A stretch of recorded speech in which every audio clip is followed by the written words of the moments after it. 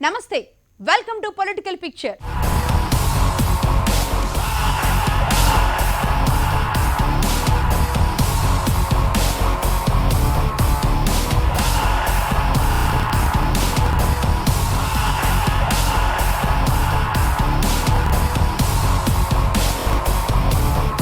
తప్పు మీద తప్పు, తప్పు మీద తప్పు, తప్పు మీద తప్పు. నేనింతే, నా పద్ధతి ఇంతే. ఏదైతే నాకేంటి, ఎవడైతే నాకేంటి అంటే రాజకీయాల్లో కుదరదు. ప్రజల కోసమే పనిచేయాలి, ప్రజల కోసమే ఆవేశపడాలి, ప్రజల కోసమే స్పందించాలి, ప్రజల కోసమే ఆవేదన చెందాలి. వ్యక్తిగత ఆవేశకావేశాలకు ఇక్కడ తావులేదు. అహం దెబ్బతింది అంటూ అలిగితే అనర్థమే జరుగుతుంది. నాకిష్టం లేదంటూ ఇష్టం వచ్చిన నిర్ణయాలు తీసుకుంటే నష్టమే జరుగుతుంది. డామినేషన్ చూపించాలని హై డ్రామా నడిపిస్తే డ్యామేజే జరుగుతుంది. వరుసగా మిస్టేక్స్ చేస్తూ ఛాన్సుల్ని మిస్ చేసుకుంటున్న జగన్ పైనే నేటి మన పొలిటికల్ పిక్చర్.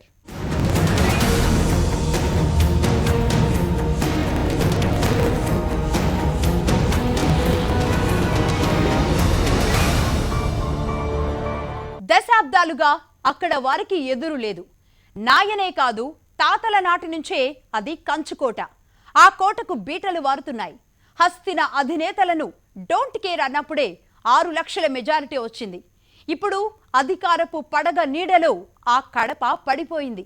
అధికారం లేకపోయినా ఆధిపత్యంతో ఏకపక్షంగా ఏలిన ఆ జిల్లా ఇప్పుడు దారికి రానంటోంది. ఇక కష్టపడితేనే ఇష్టపడతానంటోంది. కాచుకుంటేనో దాచుకుంటేనో కుదరదు, బలం పెంచుకోవాలంటోంది. వైఎస్ కుటుంబం కంచుకోట కడప ఇప్పుడు బీటలు వారి ఉన్న ఎమ్మెల్సీని కూడా పోగొట్టుకునే పరిస్థితికి వచ్చేసింది.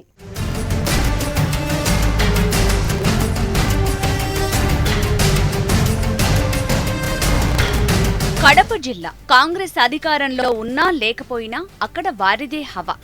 వైఎస్ రాజశేఖర రెడ్డి టైం నుంచి నేటి జగన్మోహన్ రెడ్డి వరకు వారు చెప్పిందే అక్కడ నడిచింది. రాజకీయం అక్కడ వన్ సైడే నడిచింది. ఇప్పుడు సీన్ మారింది. అధికారపు అండతో టీడీపీ పన్నుతున్న వ్యూహాల్లో చిక్కుకుని జగన్ పార్టీ అల్లాడుతోంది. ఉన్న సిట్టింగ్ ఎమ్మెల్సీ సీటు కోల్పోయారు.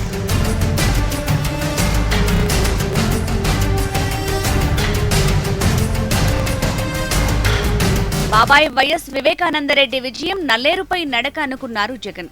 ఎంపీటీసీలు, జెడ్పీటీసీలు వాస్తవానికి వైసీపీకే ఎక్కువొచ్చాయి. కానీ అసెంబ్లీ ఎన్నికల తర్వాత లెక్కలు మారిపోయాయి. ఆపరేషన్ ఆకర్ష్తో చాలా మందిని అధికార పార్టీ వైపు లాగేశారు. ఇలా లెక్కలు మారినా మారుతున్న వ్యవహారాన్ని జగన్ అంత సీరియస్ గా తీసుకోకపోవటం వల్లే ఎమ్మెల్సీ ఓడిపోయామని వైసీపీ నేతలే భావిస్తున్నారు.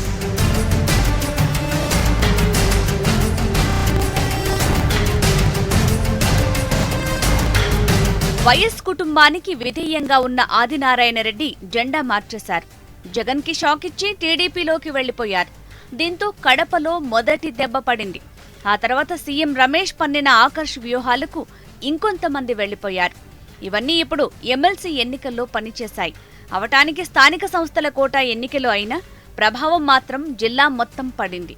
కడపను కోల్పోవటమంటే పరువు గడప దాటినట్లేనని ఫీల్ అయిపోతున్నారు.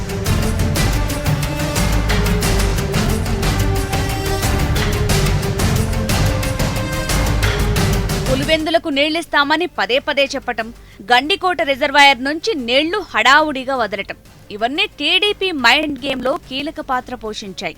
వీటి దెబ్బ రాజకీయ వాతావరణంపై పడింది. స్థానిక ఎంపీటీసీలు, జెడ్పీటీసీలు స్థానికంగా తమ పార్టీ మార్పును సమర్థించుకోవటానికి ఈ వ్యవహారాన్నే వాడేసుకున్నాయి. కారణాలెన్నున్నా జగన్ డిఫెన్స్లో పడ్డారు. అవటానికి ఎమ్మెల్సీ ఎన్నికైనా టీడీపీ ఆధిపత్యం సాధించినట్లయింది.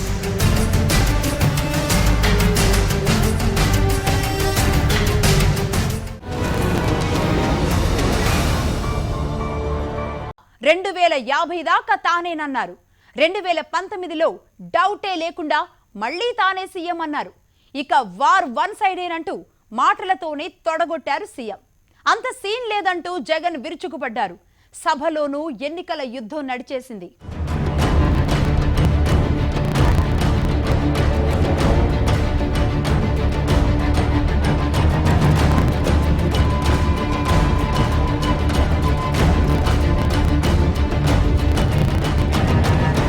ఎన్నికల ఫలితాలు వస్తుండగానే అసెంబ్లీ నడుస్తోంది. గవర్నర్ ప్రసంగంపై ధన్యవాద తీర్మానం స్పీచ్ బాబు విక్టరీ స్పీచ్ గా మారిపోయింది. జగన్ పై విరుచుకుపడుతూ ఇక ఎప్పటికీ తెలుగుదేశమే గెలుస్తుందని 2019లోనూ తానే సీఎం నంటూ చంద్రబాబు చెప్పుకొచ్చారు. ఈ రాష్ట్రంలో ఎక్కువ సమయం నేను ముఖ్యమంత్రిగా ఉన్నాను, మళ్ళీ ఉంటా, మీకు అనుమానం అవసరం లేదు. నేను మంచి పనులు చేసినందుకు నేనే ముఖ్యమంత్రి. కాబట్టి మీరు గుర్తుపెట్టుకోవాలి. ఎందుకు బాధకు ఉలిక్కి పడతారు? నేను మీకోసం పనిచేయడం లేదు, ఇక్కడ మీకోసం సమాధానం చెప్పడం లేదు. రాష్ట్ర ప్రజానీకం కోసం 5 కోట్ల జనాల కోసం పనిచేస్తున్నా, పేదవాళ్ళ కోసం పనిచేస్తున్నా, రాష్ట్ర భవిష్యత్తు కోసం పనిచేస్తున్నా, భావితరాల భవిష్యత్తు కోసం పనిచేస్తున్నా. జగన్ సైతం ఎదురుదాడికి దిగారు. ప్రలోభాలకు గురి చేసే టీడీపీ రాజకీయం హద్దులు దాటుతుందంటూ విరుచుకుపడ్డారు. చంద్రబాబు నాయుడు గారి మాటలన్నీ కూడా పూర్తిగా గ్యాస్ తో నిండింది అధ్యక్ష. పూర్తి గ్యాస్. సభకు తప్పుదో పట్టించే అలవాటు కర్మ ఎవరికైనా ఉంది అని అంటే అది మాకు కాదు అధ్యక్ష. అటువంటిది చంద్రబాబు నాయుడు గారికి ఒక్కరికే అటువంటి అలవాటు ఉంది అధ్యక్ష. 623 కోట్ల రూపాయలు టోటల్ బడ్జెట్ లో వీళ్ళు ప్రవేశపెడితే 20వ తారీఖు ఫిబ్రవరి దాకా వీళ్ళు ఖర్చు చేసింది ఎంత అని చూస్తే కేవలం 472.92 కోట్ల 94 లక్షల అధ్యక్ష. ఇటువంటి పరిస్థితులు వాస్తవం అయితే అదే రివైజ్డ్ ఎస్టిమేట్స్ మీరు చూపించేసరికి, సభలో రివైజ్డ్ ఎస్టిమేట్స్ చూపించేసరికి మీరు చూపించేది ఏమిటంటే మొత్తం ఖర్చు పెట్టేసినట్టుగా చూపిస్తే ఉన్నారు. రెండో రోజు అసెంబ్లీలోనూ అదే సీన్ రిపీట్ అయింది. ఒకవైపు ఎన్నికల ఫలితాలు రావడంతో డామినేషన్ వార్ అసెంబ్లీలో పెరిగిపోయింది. మహిళలపై అత్యాచారాల సబ్జెక్టుపై మాట్లాడాలంటూ వైసీపీ పట్టుబట్టింది. స్పీకర్ అంగీకరించకపోవడంతో పోడియం చుట్టుముట్టారు. సభను వాయిదా వేశారు.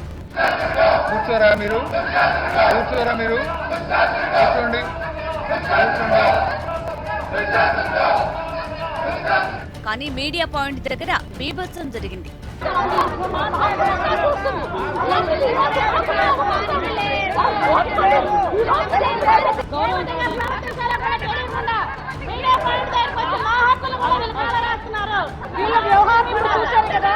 ఇదే తీరులో కూడా వ్యవహరిస్తున్నారు. ఇక్కడ గౌరవంగా మాట్లాడుతున్నాం. ఇక్కడికి వచ్చి రాజాంతం అసలు మీ పరిస్థితి మమ్మల్ని చూడండి ఎలా ప్రవర్తిస్తున్నారు. సీఎం అని తల నరుకుతాను అనొచ్చు. సీఎం తల నరికేనని నేను అనుంటే నా పదవికి రాజీనామా చేస్తాను. ఈ రోజు మీ చంద్రబాబు నాయుడు ఆ జాతిని శాసనం మీరు చేసిన దానికి మా జాతిని ఉద్యమం చేయకూడదా?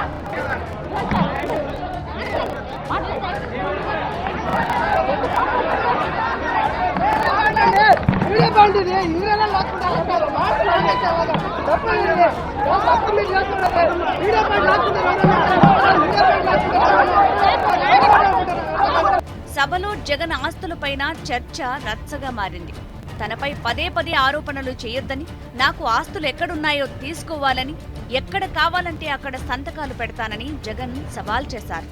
కాంగ్రెస్ పార్టీ వాళ్ళు, చంద్రబాబు నాయుడు గారికి సంబంధించిన తెలుగుదేశం పార్టీ వాళ్ళు ఇద్దరు కలిసి ఒకటై, అవును ఇదే అచ్చెన్నాయుడు గారు అన్న ఎర్రనాయుడు గారు కేసులు పెట్టింది ఎవరు అధ్యక్ష? వీళ్ళిద్దరూ కలిసి నా మీద కేసులు పెట్టి, వీళ్ళిద్దరూ అంతవరకు రాజశేఖర రెడ్డి గారు మంచోడు, జగన్మోహన్ రెడ్డి గారు మంచోడు. కాంగ్రెస్ పార్టీ వదిలేసిన తర్వాత కాంగ్రెస్ పార్టీతో కుమ్మక్కై వీళ్ళు నా మీద కేసులు పెట్టారు. ఇంతకంటే అవినీతి పరుడిని చూడలేదంటూ చంద్రబాబు జగన్ కి కౌంటర్ ఇచ్చారు. మీరు ఒకటి గుర్తుపెట్టుకోండి, ఈ దేశంలో ప్రపంచంలో ఎవరైనా అవినీతి పరులు ఉంటే మీరు మీ నాయకుడు తప్ప ఇంకొకరు కాదు. ఆ విషయం గుర్తుపెట్టుకోవాలి. నేను అవినీతి పైన చర్చ చేయాలన్న దిశ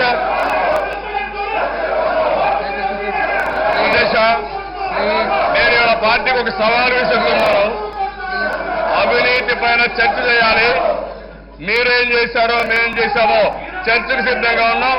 ఇలా సభ సైతం ఎమ్మెల్సీ ఫలితాల ఎఫెక్ట్ తో దద్దరిల్లిపోతోంది. దయచేసి కూర్చోండి.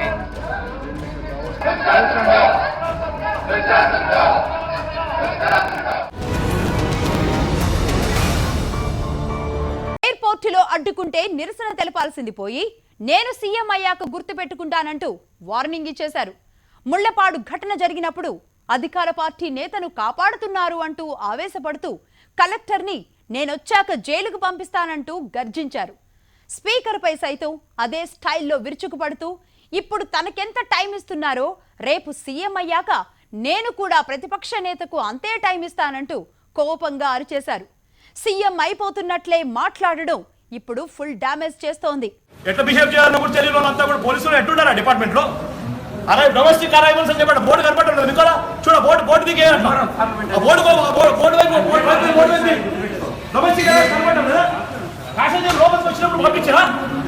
ఈ సీన్ అందరూ చూశారు, ఈ మాటలు అందరూ విన్నారు. జగన్ అలా ఆపేయటం అన్యాయమే అనుకున్న వారందరూ కూడా ఇదేంటి ఇలా మాట్లాడుతున్నారంటూ ఆశ్చర్యపోయారు. రెండే రెండు సంవత్సరాలు నేను చెప్తున్నాను, ఎవ్వరిని మర్చిపోను. అసలు ఒక ప్యాసింజర్ గా కూడా కనీసం డొమెస్టిక్ అరైవల్స్ పోనీయకుండా ఆపడం ఎందుకు ఆపుతున్నారు? ఏం చేయాలని ఆపుతున్నారు? ఎందుకు ఆపుతున్నారు? ముళ్లపాడులో దివాకర్ ట్రావెల్స్ బస్ యాక్సిడెంట్ కు గురి కావడంతో 11 మంది చనిపోయారు. ట్రావెల్స్ అధినేత టీడీపీ ఎంపీ దివాకర్ రెడ్డి కావడంతో జగన్ ఇమ్మీడియట్ గా స్పాట్ కు వెళ్లిపోయారు. అక్కడ పోస్ట్ మార్టం చేయని డ్రైవర్ మృతదేహం గురించి డాక్టర్లతో వాదనకు దిగారు. డాక్టర్ చేతిలోని రిపోర్టును లాక్కున్నారు. తిరిగి ఇచ్చేయమన్న కలెక్టర్ను జైలుకు పంపిస్తానని వార్నింగ్ ఇచ్చారు. The entire department from police to the collector stands corrupt, stands judgmental, stands done all the postmortem. It was not done. Postmortem was not done. Perfect గా ఎంక్వైరీ చేయిస్తాము. బంగారంగా నిన్ను కూడా సెంట్రల్ జైలు తీసుకొని పోయే కార్యక్రమం కూడా చేస్తాం, గుర్తుపెట్టుకోండి. అసెంబ్లీలోనూ ఇదే డైలాగ్ వినిపించారు జగన్. స్పీకర్ ప్రసంగం ముగించాలని పదే పదే కోరుతూ టైం అయిపోయిందని అనటంతో ఆవేశంగా రియాక్ట్ అయ్యారు. అధ్యక్ష, this is not at all fair. నాకు ఇచ్చిన టైం కూడా ఇంకా చాలా ఉంది అధ్యక్ష. వీఆర్ నాట్ ఈల్డింగ్ అధ్యక్ష. రేపు పొద్దున చంద్రబాబు నాయుడు గారిని కూడా ఇదే రకంగా మాట్లాడనీకోకుండా చేస్తాం అధ్యక్ష. మేము చాలా సీరియస్ గా చెప్తా ఉన్నాం. ప్రతిపక్ష నాయకుడు మాట్లాడుకోవడం ఏం మాట్లాడారు?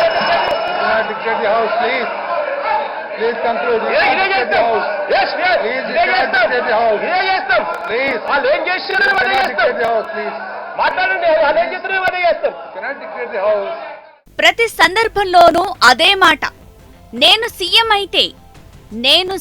అయితే ఇదే డైలాగ్ పదే పదే వినిపించారు. సీఎం అవటానికి జగన్ ఎంత ఆత్రపడుతున్నారు అంటూ టీడీపీ వాళ్లు సెటైర్లు వేసుకోవటానికి కూడా ఈ డైలాగులను వాడేసుకుంటున్నారు.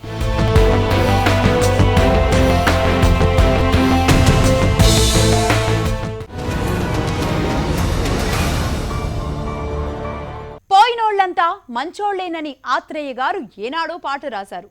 జగన్ కు మాత్రం అస్సలు అలాంటి సెంటిమెంట్లు ఉన్నట్లుగా లేవు. ఈ విషయంలో నాయనను కూడా ఫాలో అవ్వలేదు. భూమా అంత్యక్రియలకు రాలేదు. సంతాప తీర్మానం పైన మాట్లాడలేదు. పైగా మాట్లాడితే భూమా చేసిన తప్పులు చెప్పాల్సి వస్తుందంటూ ఎక్స్ట్రా ఎక్స్ప్లెనేషన్ ఒకటి ఇచ్చారు. ఇవన్నీ సామాన్యుడి సైతం ఆశ్చర్యపోయేలా చేశాయి. కామన్ సెన్స్ లేకుండా కామెంట్స్ చేశారు అంటూ జగన్ పై విమర్శలొచ్చాయి.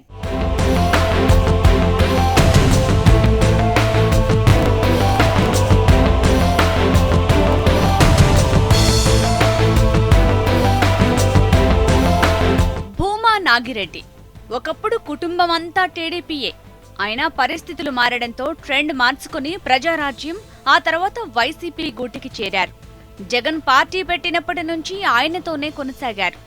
ఊహించినట్లు వైసీపీకి అధికారం రాలేదు. భూమా నాగిరెడ్డి తన భార్య శోభను కూడా యాక్సిడెంట్లో కోల్పోయారు. కర్నూలులో మాత్రం వైసీపీ మంచి విజయాలనే సాధించింది. నాగిరెడ్డి కుమార్తె అఖిల ప్రియులు ఎమ్మెల్యేలుగా అసెంబ్లీలోకి అడుగుపెట్టారు. ఒకవైపు అధికార పక్షం కేసులతో ఉక్కిరిబిక్కిరి చేయగా, మరోవైపు వ్యక్తిగత వ్యవహారంలో జగన్తో అభిప్రాయ భేదాలొచ్చాయి. దీంతో భూమా టీడీపీలోకి వెళ్లిపోయారు. ఆ తర్వాత జగన్ పై విమర్శలు కూడా చేశారు. ఇదంతా మనసులో పెట్టేసుకున్న జగన్ భూమా మరణించినా ఆ ఫీలింగ్ నుంచి బయటపడలేకపోయారు.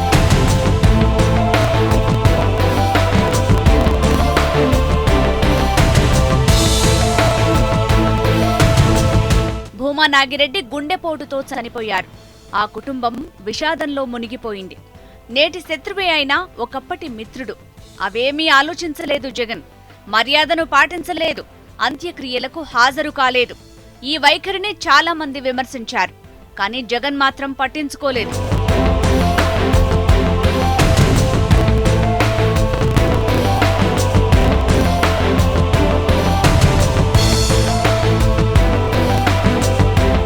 భూమా మృతిపై సంతాప తీర్మానం సభలో పెట్టారు. విచిత్రంగా ఈ సెషన్ను వైసీపీ బహిష్కరించింది. పైగా జగన్ అస్సలు హాజరు కాలేదు. సభ నుంచి బయటకొచ్చి చిత్ర విచిత్రంగా మాట్లాడారు వైసీపీ ఎమ్మెల్యేలు. వైఎస్ఆర్ పార్టీ నుంచి తన పార్టీలోకి తీసుకొని 1 సంవత్సర కాలం నుంచి కూడా మంత్రి పదవి ఇవ్వకపోవడం వల్ల మానసిక శోభకు గురి అయి ఈరోజు పిల్లలు దిక్కులేని వాళ్ళు అయినారు. ఈ సందర్భాన్ని పురస్కరించుకొని వైఎస్ఆర్ పార్టీ ఈరోజు ఎవరైతే మోసం చేశారో వాళ్ళతో కలిసి సంతాప కార్యక్రమంలో పాల్గొనకూడదని పార్టీ నిర్ణయం తీసుకోవడం జరిగింది. జగన్ సైతం భూమాపై విమర్శలు చేయాల్సి వస్తుందనే సభకు రాలేదని వివరణ ఇచ్చారు. ఎదురు టీడీపీ రాజకీయం చేసిందంటూ విమర్శించారు. నిజంగానే టీడీపీ దీన్ని బాగా వాడుకుంది. టీడీపీ వారు మర్యాదలు పాటించిన వాళ్లయ్యారు. వైసీపీ వ్యక్తిగత ద్వేషానికి ప్రాధాన్యత ఇచ్చినట్లయింది.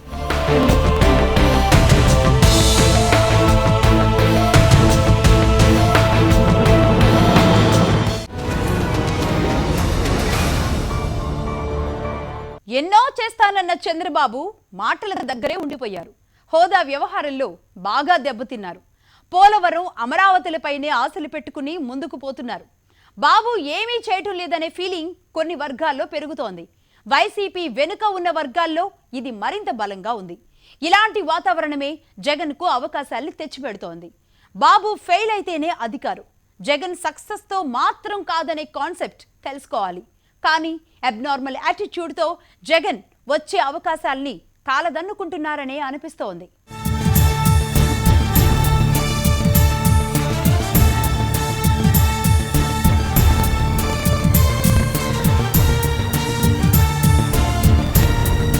ఎవరి మాట వినడనే పేరు జగన్కు ఎప్పుడో వచ్చింది.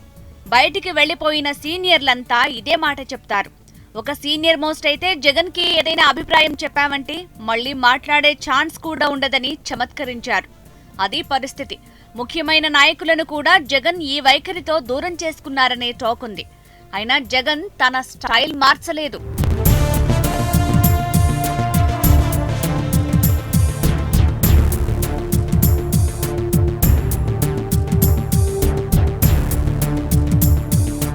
చంద్రబాబుపై వ్యతిరేకత పెరిగితేనే జగన్కు ఛాన్స్ ఉందనేది ఎవరైనా చేసే విశ్లేషణ. ఆ అవకాశం వస్తుందనే ఆశలోనే వైసీపీ ఉంది. జగన్ మాత్రం అది ఖాయమనే మూడ్లోకి వెళ్లిపోయారు. సీఎం అయిపోయాననే ఫీలింగ్లోకి వచ్చేశారు. ఈ ఫీలింగ్ అనవసరపు మాటలను ఆయన నోటి వెంట డెలివరీ చేస్తోంది. అదే తీవ్రంగా నష్టం చేస్తోంది.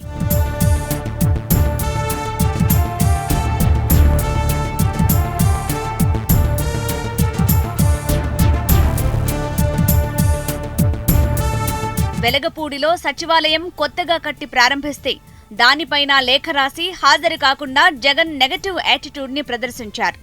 రాజకీయం రాజకీయమే, వ్యవహారం వ్యవహారమే అన్నట్లు కాకుండా ఇలా వ్యక్తిగత ఆవేశాలకు, ఇష్టాయిష్టాలకు జగన్ ప్రాధాన్యత ఇవ్వటం పార్టీకి నష్టం చేస్తుందని రాజకీయ వర్గాలు భావిస్తున్నాయి.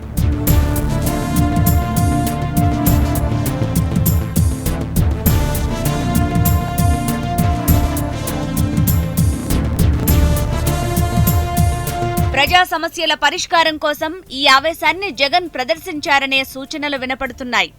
డామినేషన్ కోసం ప్రయత్నించకుండా ఉంటే టీడీపీ వలలో పడకుండా ఉంటారని కూడా కొందరు సలహా ఇస్తున్నారు. టీడీపీ మాత్రం జగన్ ఆవేశాన్ని, ఆయన వాడే డైలాగులను వాడేసుకుంటూ పొలిటికల్ గా డ్యామేజ్ చేస్తోంది. ఇది గుర్తించకపోతే జగన్ నష్టపోతారని విశ్లేషకులు భావిస్తున్నారు.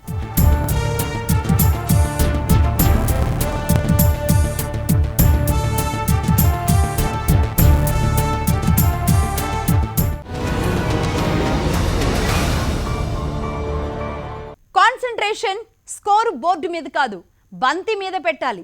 అప్పుడు స్కోర్ ఆటోమేటిక్గా పెరుగుతుంది. అలాగే జగన్ ప్రజా సమస్యల పరిష్కారం మీద కేంద్రీకరించాలే కానీ అధికారం సాధించడం మీద కాదు. వ్యక్తిగత ద్వేషం, వ్యక్తిగతం కోసం వ్యక్తిగత పగలను దాచుకోవాలి. ప్రజలకు అన్యాయం చేస్తున్నారనే దానిపైనే ఫోకస్ పెట్టాలి. అప్పుడే రాబోయే అవకాశాలను జగన్ అందిపుచ్చుకుంటారు. లేదంటే మళ్ళీ మరో 5 ఏళ్లు తన కలకు దూరమైపోతారు. ఇది ఇవాళ political picture. Keep watching HM TV.